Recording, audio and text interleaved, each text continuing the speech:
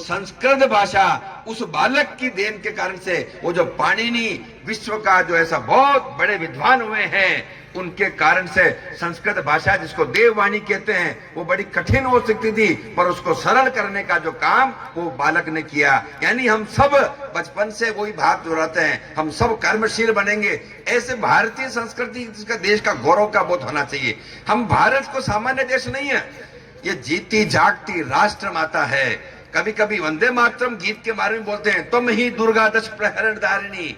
अरे ये साक्षात दुर्गा है। वेदों के अंदर सुभाषित के माध्यम से पढ़ते हैं कि हम हिमालय समारंभ यावद हिंदू सरोवरम तम देव निर्मितम देशम हिंदुस्तानम प्रचक्षते। हिमालय से प्रारंभ होकर हिंदू महासागर तक का जो क्षेत्र है ये हिंदुस्तान कहलाता है। दूसरी एक और परिभाषा कहती है, उत्तर यत्र समुद्रस्य हिमाद्रेव च दक्षिणम वर्ष तदम नाम भारत भारतीय यत्र संतति। यानी हिंदू महासागर से ऊपर का भाग और हिमालय से नीचे का भाग ये पूरा का पूरा भारत वर्ष कहलाता है, और यहाँ के रहने वाले वो सभी भारतीय कहलाते हैं। तो इतना हमारा प्राचीन राष्ट्र है।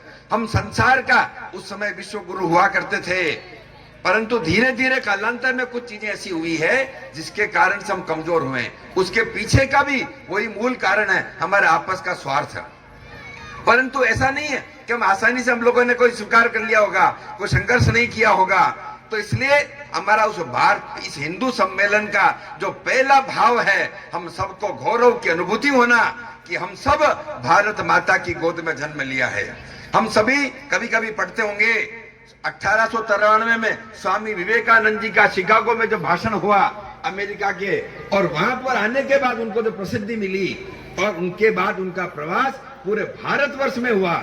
पहले स्वामी विवेकानंद जी को बहुत कम लोग जानते थे, परंतु शिकागो के विश्व सर्वधर्म सम्मेलन में जो पूरे भारतीय सिंह की भांति विश्व के पटल पर सनातन धर्म की ध्वजा लहराने का जो काम किया, उसके कारण से पूरे विश्व में एक तो केवल भारत का नहीं सनातन का और पूरी दुनिया ने माना कि वास्तव में भारत की जो संस्कृति है वह अद्वितीय अक्षणीय है, और पूरे विश्व को यदि शांति चाहते हैं तो इसी मार्ग पर चलना पड़ेगा। तो उसी समय उनका लाहौर में एक भाषण होता है 1897 में।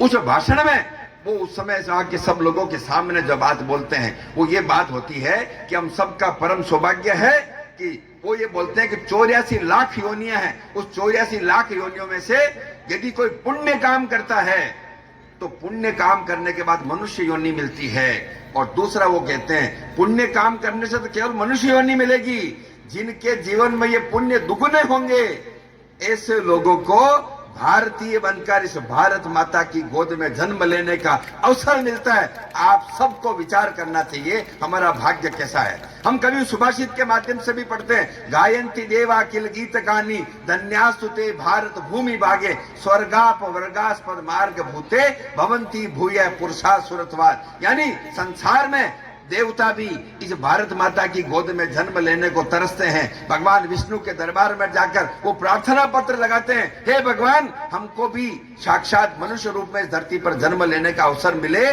तो देवता जिन देवताओं का बहुत अच्छा काम होता होगा ऐसे देवताओं को इस भारत माता की गोद में जन्म लेने का अवसर मिलता होगा। तो आप हम सब का विचार करना चाहिए हमारा कितना बड़ा सौभाग्य है कि हमारा जन्म ऐसी भारत माता की गोद में हुआ है। अब हम सब गौरव की बात तो है ही है, तो परंतु केवल गौरव करने से काम नहीं चलेगा। तो हमारे देश की परिस्थितियां किस प्रकार की कारण से हुई, तो धीरे धीरे हमारा देश पराधीन हुआ। हम सब बड़े भाग्यशाली हैं। तो मैं कह रहा था कि देश में 100 वर्ष में जो क्रांति उठी 1757 में, 1618 में अंग्रेज यहाँ पर आए।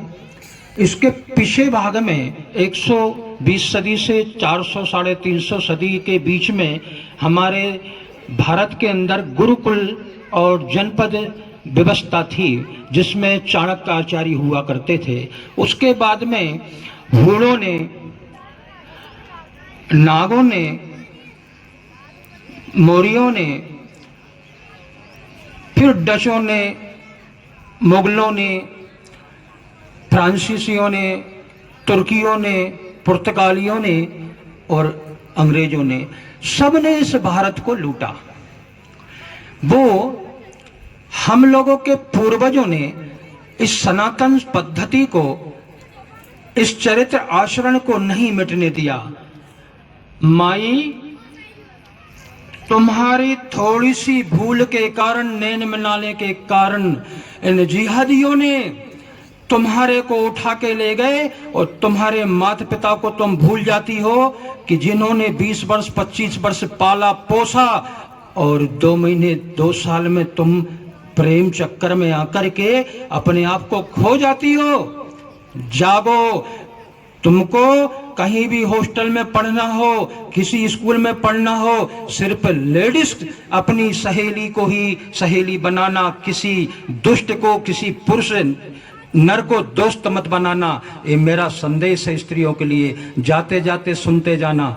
अच्छा, दूसरी बात, हमारी बहन बेटी जिस जगह भी रहती है, जिसके साथ रहती है, माँ बाप को ध्यान देना है। जाति में बेटी का व्यवहार होना चाहिए। जे राम राज की श्रृंखला अंग्रेजों के शासन काल से खत्म हुई है। हमारे तो शब्द, हमारे तो वचन भगवान राम के, क्षत्रियों की परंपरा से, ब्रह्म ऋषियों की परंपरा से, संतों के, गौ के, ब्राह्मणों के और देवताओं के इस भूमि में आताताहियों ने, अत्याचारियों ने संस्कारहीन कर दिए तुमको शिक्षा से, विद्या से।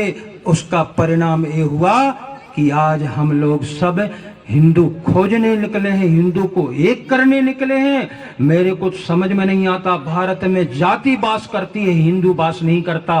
कहीं ब्राह्मण देखो, कहीं क्षत्रिय देखो, तो कहीं कुमावत देखो, कहीं राजपूत देखो, कहीं जाट देखो, तो कहीं गुर्जर देखो, तो कहीं जैन देखो। आपको जाति मिलेगी।